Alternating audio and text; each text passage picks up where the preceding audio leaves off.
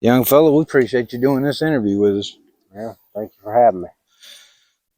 Can you tell us your name, please? My name is Jeff Stevens. Jeff, where'd you grow up? All over the United States. I'm from Southern California. Lived in Tennessee, Mississippi, Arkansas, several states. Wound up in North Carolina, Gaston County in 1996. 96. So you've been in Gaston County, what, 20 years? Was you loved as a child, Jeff? A lot. I was very loved. Your mom and dad still alive? My father was killed in 1994, I believe. And yeah, my mother is still alive and resides here in Gaston County. Your mom asking what happened to your daddy? He was murdered. I don't know a lot about him, but he manufactured methamphetamine. Like a pharmacist? No. No, like a drug manufacturer for addicts, not pharmaceutical methamphetamine. But like I say, I don't know a lot about him. I never met the man. You got brothers and sisters? I have 3 older brothers. I have a half brother and half sister. They're in Gaston County? 2 of my older brothers are in Gaston County. My oldest brother owns his own company in Mississippi, and my half brothers are in Missouri. Half brother and half sister in Missouri. You married? You got kids? I'm separated. I have a son that's 21.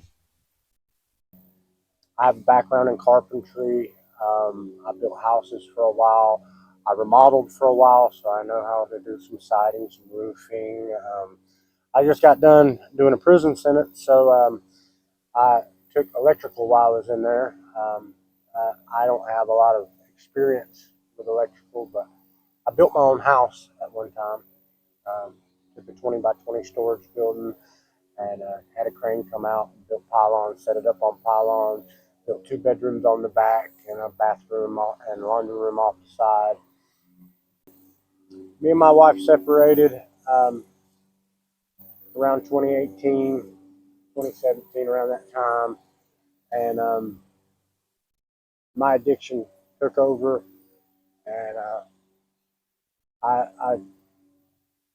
I was doing pretty bad as far as addiction goes. The police were called. They come out, and they'd been out a few times because me and my brother, we grew up fighting each other, and we big boys and neighbors get nervous when we fought. So one of the neighbors called the police.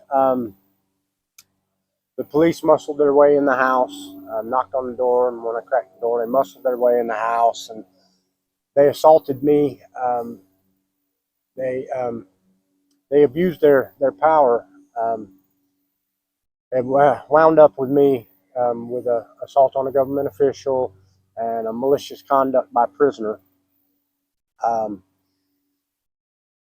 I hadn't been in trouble in many years. I believe my last conviction date would have been the early 2000s. I don't want to say, maybe 2002 or so, 2003. But I had gotten in a lot of trouble as a young man. From 17 to 21, I was a level 5 felon. So with the new way of sentencing, the Fair Sentencing Act, there was no sentence of parole or probation. So they give me an active sentence. I did get a short sentence because of COVID. Because one, I knew the system. 2, they were pushing for people to take plea bargains so that they could get them on through the court system. So I wound up doing 2 years. I spent from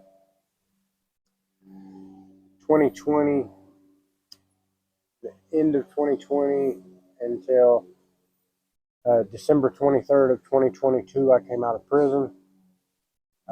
Wound up homeless. I was out on the streets. I went to the Salvation Army, but they only give you a month. They give you 4 weeks. By then, if you don't have a job and have saved, I forget what it was, 75% of your income or something like that, if you've done these things, then you have a chance to stay longer. But of course, you know, I wasn't able to do that in that frame of time, so I wound up on the streets. So you wound up in the street out of prison. Yeah, I come out of prison, and you get out and you want to go out and do stuff. You want to go find you a girl and have some fun with your friends. And I knew that I was coming out to nothing. And the parole officer was great. I could never have asked for the parole officer that I got. He's a guy that really is out trying to help people. He's not there to hurt you. He is there to help you. And I know that's not the case many times. But he got me into a place called First at Blue Ridge. And he went out of his way on the day before Christmas Eve and drove me all the way to the mountains to First at Blue Ridge. And I kick myself every day for not staying. But, you know, I'd been under rule of thumb, make your bed, get up at this time, eat at this time. And I've never been one that liked to be told what to do. And I haven't had to do that for many years because, 41 years old, I've been a grown man. I've had my own family and my own home for most of that last 20 years. And I only lived by my rules. I didn't live by anybody else's rules. And anyway, I got up there, and a guy that, I don't know, maybe he was a little self-righteous, or maybe we just didn't click, but he smarted off to me about making my bed. He said something to the effect of, I didn't think I would have to explain to a grown man how to make a bed. We had a conflict, and I chose to leave. Salvation Army kicks you out every day. You get up, you eat breakfast, and after you eat breakfast, you got to leave. Can't come back until 5 o'clock. So that would leave me wandering around uptown Gastonia. And, I've lived in this county for over 20 years, so I know a lot of people. And I would see people I know, and mostly they'd keep going. Uh, you know, they're not, a lot of people just aren't going to stop and help. And they see you like that, they're not going to stop.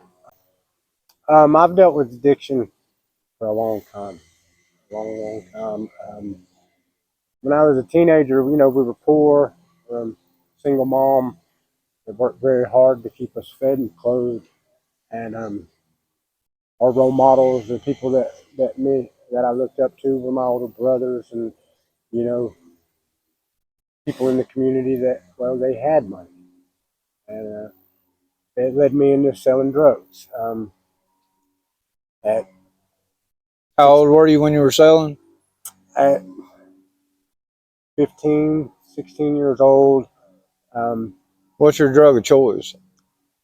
my drug of choice was always cocaine.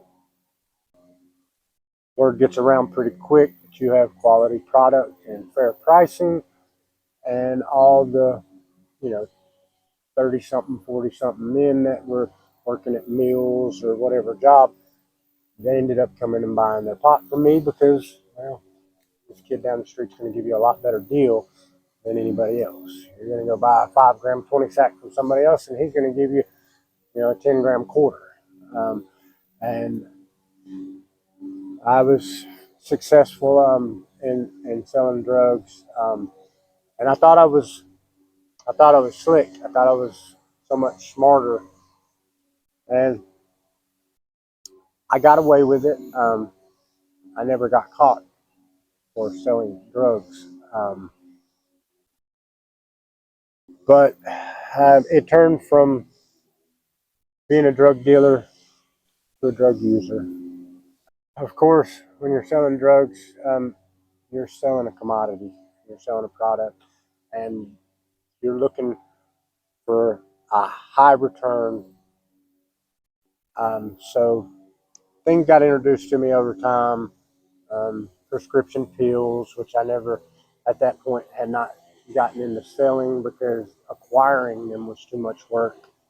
But I got introduced to a guy that was getting very high quality cocaine, powder cocaine, um, and there was a good market for it, and there was a good profit margin. This was when ecstasy blew up. The raves were the big scene.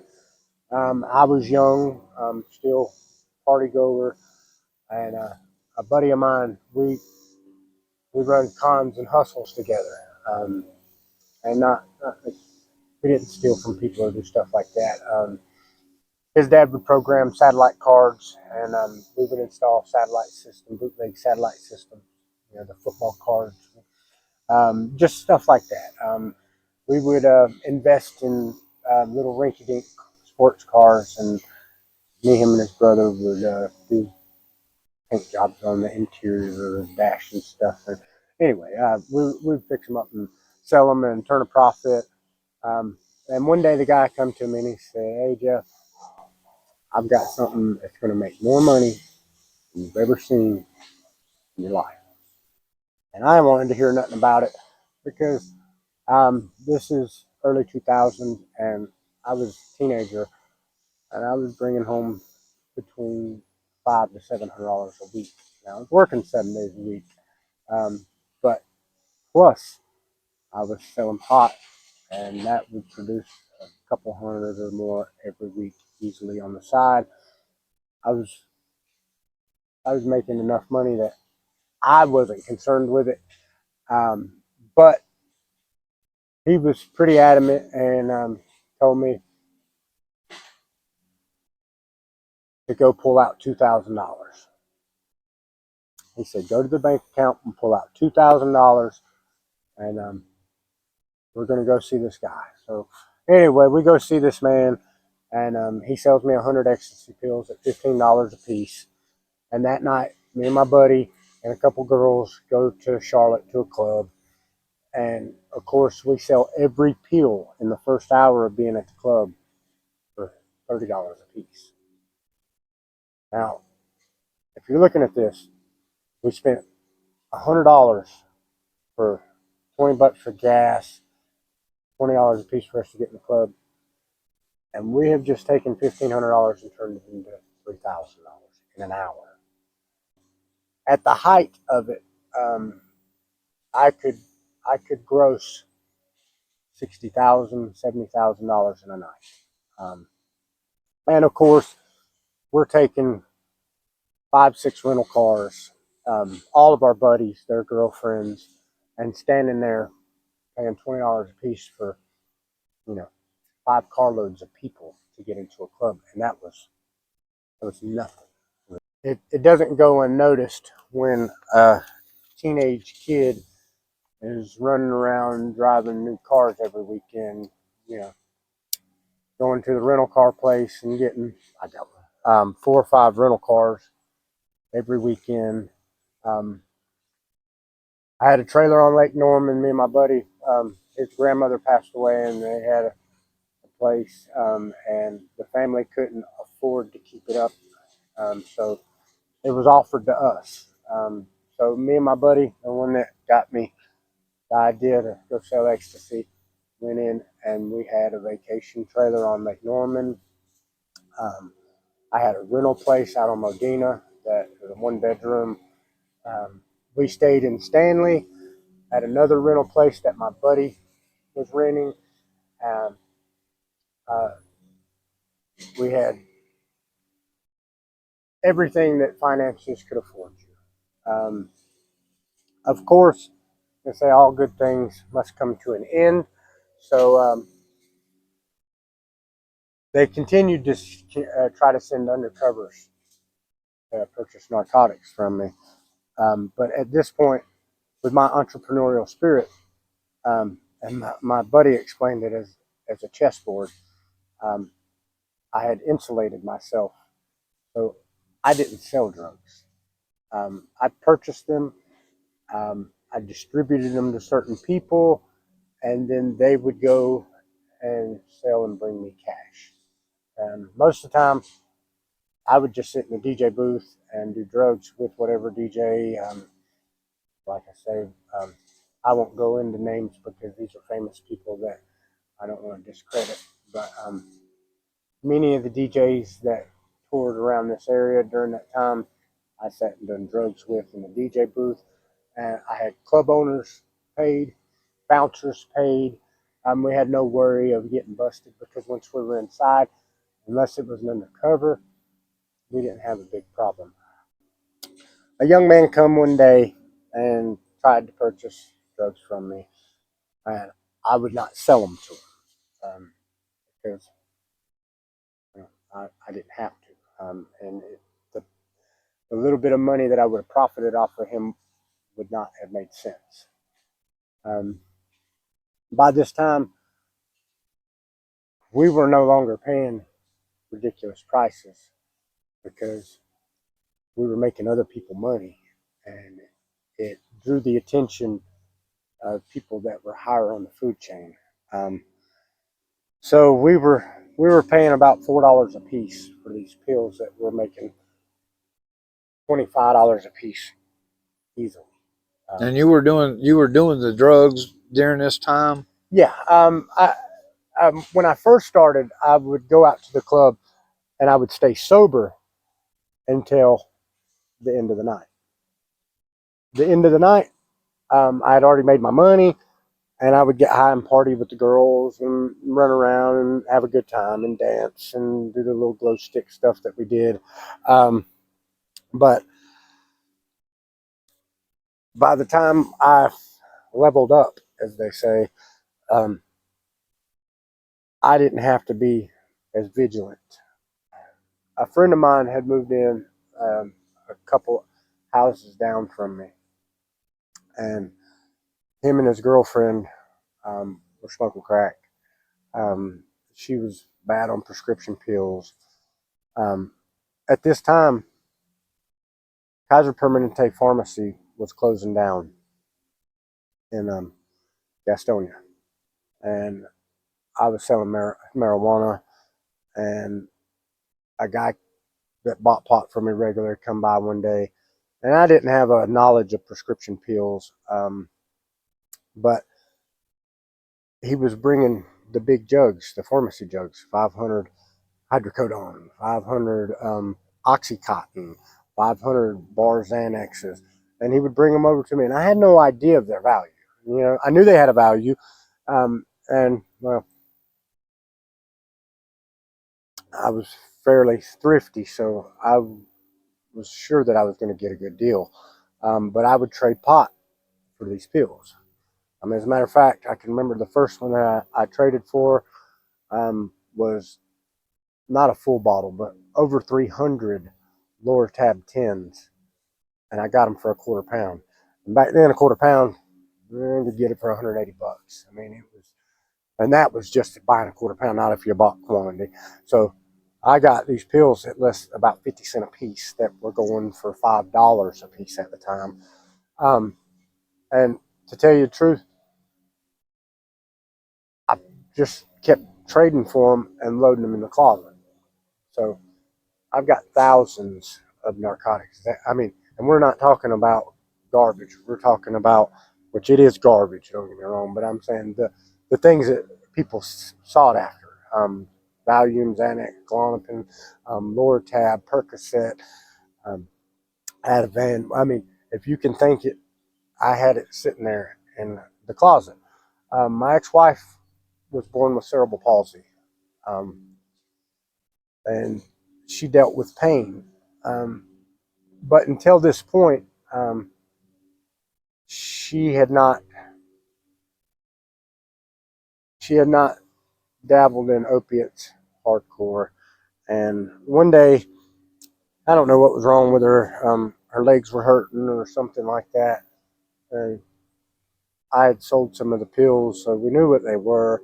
And she asked me, she said, "Hey, would you mind if I went in there and got one of them pain pills out of there? I'm hurting." And at the time, we had a young son, and I believe I was working a full time and a part time job. But if not, I was working a full time job. I was tired, so yeah, go ahead and get you a couple. Just let me sleep. Well, whenever I wake up, it's clear that she is highly intoxicated on opiates. And I asked her, I said, "How many did you take?" And she was like, "Well, I took two, and then I started feeling good, and I was cleaning the house, and then I started to get, lose some energy. So I decided I would take two more, and then I had just taken two more before you woke up." Six? What in the hell? And it began her opiate addiction that I'm sure she still is battling with to this day. Wasn't like we were going out and buying ounces and sitting there and going crazy. We might buy an 8 ball and then cut lines for the whole, party or whatever, and it wasn't nothing big. But I can remember, a friend of mine, um, people's behavior when they do cocaine, especially when they've been doing it for a long time. Um, Paranoid. well, it doesn't happen when you first start. The first time you do it, it's like smoking a cigarette or something. It gives you whatever effect, but you don't have the side effects. Them take years to develop. Um, but he would get quiet, and I'm sure now knowing I would annoy the death out of him because, well, I'm a talkative person most of the time if I'm in a good mood. So I would be talking to him, and in my mind, I'm trying to draw him out of his paranoia by talking to him, and really all I was doing was killing the poor man's buzz. Um, but one day I decided, well, I'm going to try this, and I bought a 20. So when I get the 20, I broke it in half and gave half to somebody else, and then hit half of a 20. And back then, that was 3/10 of a gram. So what nowadays you would get probably for $20, I smoked that amount, and that was it. I didn't do any more, and I sat around and hung out. Within months, um, it got to where instead of them coming to get me and bribing me to take them to go run around and get high, I'm going to pick them up to see if they want to go in. Do you want to go in? Um, and it was a quick decline. With pot, it's cheap. And as long as you had a little bit of finance, you could keep you a bag of pot. And I smoked a lot. Sometimes smoke half ounce a day, ounce a day. And I could afford that. It wasn't never dipping into my base money. But with cocaine, um, I started letting stuff go. Um, you know, I was at that point. I wasn't at the point of selling stuff off, but I definitely was working to feed the addiction. Um, it Lost everything you had. um, took a long time before I ever lost everything I had. How's Um, addiction affected your life? um, Taking everything I ever loved. Yeah. I haven't seen my son for years. Um, my mother is at the point where she will speak to me, um, and she would not deny me to come in the house or something, but she doesn't have a lot left for me. She has all the love that any mother would have for their youngest son. But she tried for years to get me to stop, to, you know, even just switch to something else, to where, I would be functional, more functional, and not so driven towards it. But I'm hard headed, stubborn, and addiction has destroyed my body. My teeth are ruined. I was always fairly muscular and in shape. Um, and a friend of mine keeps telling me, man, you look good for your age. And December 25th, 26th of 2022, I weighed in at about 230 pounds. Fairly in shape. I weighed at the health department the other day, and I'm 161 pounds.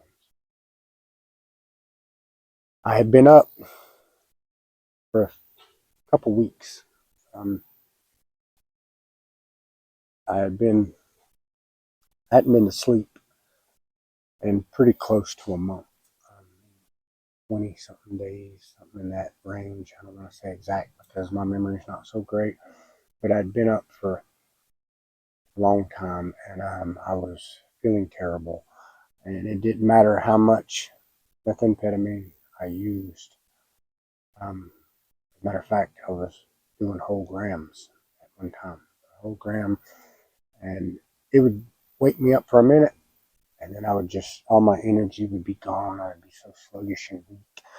And well, I decided I needed to go to bed, so I bought 2 bars Xanax and a half gallon of whiskey, and ate the 2 bars Xanaxes and polished off a good half of the half gallon of whiskey, and laid down and tried a couple of times, but there was no sleep in sight. And a friend of mine, of a family member, had come in, and they knew I was dealing meth, and heroin was a lot more expensive than meth, but they offered to trade me a gram for a gram. And at first I told them no. I don't do heroin. I don't want nothing to do with it. And then later on that evening, after I'd been trying all day to go to sleep and hadn't had any success, the people had come back by, and I decided I would trade a gram for a gram. And I don't have a big tolerance to opiates. I never have. At one time when Oxycontin was the craze, my tolerance was up a little bit, but it didn't last long. Um, but anyway, so I decided, well, I'm going to do a shot of heroin. It's going to relax me. I'm going to get some rest. And like I say, I never enjoyed poking myself. So throughout shooting up, even when I was shooting cocaine, everybody else would take, 2/10 of a gram in little shots. And I would take half a gram, 3/4 of a gram, put it in one shot and do it. And that would be, I would ride it out for the hours that it lasted. But anyway, so I have this gram of heroin, which is not heroin. It is carfentanil. And I want to say that it was very pure carfentanil. Um, and so I went and did the same thing that I would have done if it was heroin. And if it was heroin, I have a small tolerance. So I would have pulled up about 1/4 of a gram, quarter to the third of a gram. I would have pulled it up and shot it. And so that's what I started to do. I went out to the building and prepared me a shot. And every time I went to pick it up, um, a force stronger than me, um, even then I knew it was God, did not allow me to do that shot.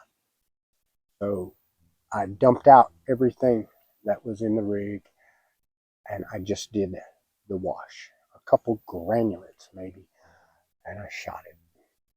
And before I could put the syringe up, I knew I was dying. Um, I made it in the house. I was marching back and forth, cursing like a sailor, you know, hell, hell. And mom comes out and she tells me, you're going to have to shut the hell up. You know, not everybody gets to run around here and sell dope and be a drug addict. Some people have to go to work. You're going to have to shut up. Your brother's in there sleeping. You need to be quiet. And I said, Mom, I don't feel good. Of course you don't feel good, son. You've been up for, you haven't slept in weeks. Lay down and get some sleep. You'll feel better. And, no, Mom, I don't feel good. And at this time, I will not stop moving because I know in my heart, as soon as I stop, I'm dead. And she done the same thing that she had done many times before with a very, oh yeah, voice. She goes, well, do you want to go to the hospital? And I'm sure I've been asked that question 100 times prior, and 99 times the answer was, hell no, I'm not going to the hospital. Well, this time I just didn't answer. I went back to cursing and walking back and forth, and she got concerned, and she goes, son, you have to answer me. You need to go to the hospital. Yeah, I need to go to the hospital. Well, she said, let me get my clothes on. I'm going to take you to the hospital. Well, I don't know. Just like shooting a shot of heroin, a warm, comforting rush come over me. You're going to the hospital. You're going to be okay. The worry went away. Before my butt touched the couch cushion, I was gone. I spent 23 days in ICU with a balloon pumping my heart, I think, pumping my lungs, electric electrodes keeping my heart going, a feeding tube in my throat. I was the closest I've ever come to dying, and I've come pretty close many times. Um,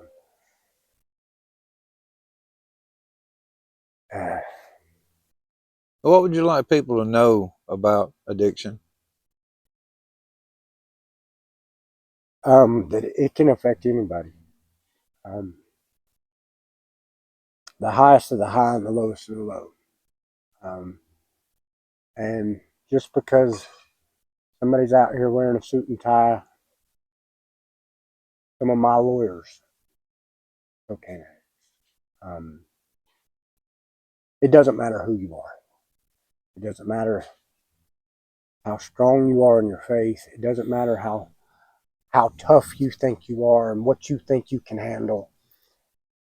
Um, it can grab anybody, and it doesn't do it. I sat at a crack house one time with this guy, and he's like, I've never done this, but man, I don't know why y'all act like that. And he hits the stem, and of course, it doesn't have. All it did to him was give him some energy because it doesn't happen on the first go. It starts. It's a beginning because now it's in your mind. It's not so much in your physical, but it's in your mind. And I'd like people to know that it can happen to anybody, and people can come back from it. I've been thinking about addiction for a long time, and I think about it this way in my mind. Um, you have a drug addict, you have a junkie, you have a recovering addict. Most people never make it to recovering addict, and I would have never called myself a recovering addict until this last couple years. And my definition of those is anybody that you meet can be a drug addict, and it be fairly concealed. When you go to the next level of what I consider a junkie, um, you don't care how you get it. You don't care what you got to go through. Hell, you don't even care exactly what substance it is at that point, as long as you're getting high. A recovering addict is somebody, you know, that has been through so much. They've lost so much. They've dedicated so much of their life to it that it about disgusts them. Now, I'm not saying that they won't go get high, but they have a better control over it. And I resented my family for not helping me to get high there towards the end. They were not going to do it anymore. They were just not going to be a part of that part of my life. What's your biggest fear? I don't know. Maybe that my son will become an addict the same way. Grandfather on both sides. Mother, his father, and a lot of his loved ones have.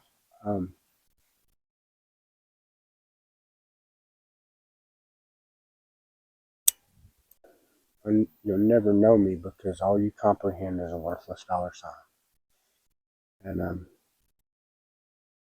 what I've learned is that a guy asked me one day, he said, Jeff, he said, I knew you. You've always had cars, money, places to stay. He said, how can you live like this? How can you live out here in a tent, starving, wearing the same clothes for a week, without a shower? How can you do this stuff? And it offended me. It I don't know, brought shame to me. So my response to him was, you know, when I look in the mirror today, I've never been prouder of the man that I am today than I ever was when I had all those things. And that was my response to him. Because it doesn't matter if you're walking or if you're driving a Bentley. Who are you? What are you willing to do to help? You know, what's your character? These are the real important things in life. The guy comes back and hands me a liver mush, egg, and cheese. And this thing from CDA at that. This The big, monster. yeah, big, beautiful sandwich slathered in mayonnaise. And I'm like, damn it. And I was like, you know what? I'm hungry. I'm eating this sandwich. There ain't no way I'm giving it away or letting it go to waste. I'm eating this sandwich. So I ate it. And anyway, me and my buddy got to talking one day. And I told him, I said, you know what? All them years while I was driving around with a bank account that maybe didn't have a lot in it, but it had money in it. I was able to stop and get me something to eat anytime I want. I was able to go out and get in my car or truck whenever I wanted to and go do what I wanted to do, um, or what I could do. Maybe not what I wanted to do all the time, but I felt like I had got a raw deal in life. I felt like it was a bunch of BS and that, you know, I'd been done a disservice and I should have had so much more than what I had.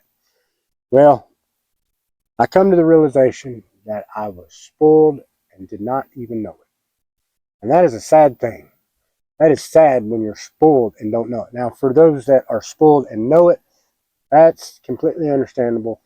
But I was spoiled and had no idea. As a matter of fact, I thought the complete opposite, that I had been wronged, that I should have had so much more. And I didn't even realize what I had. Young fella, we appreciate this interview.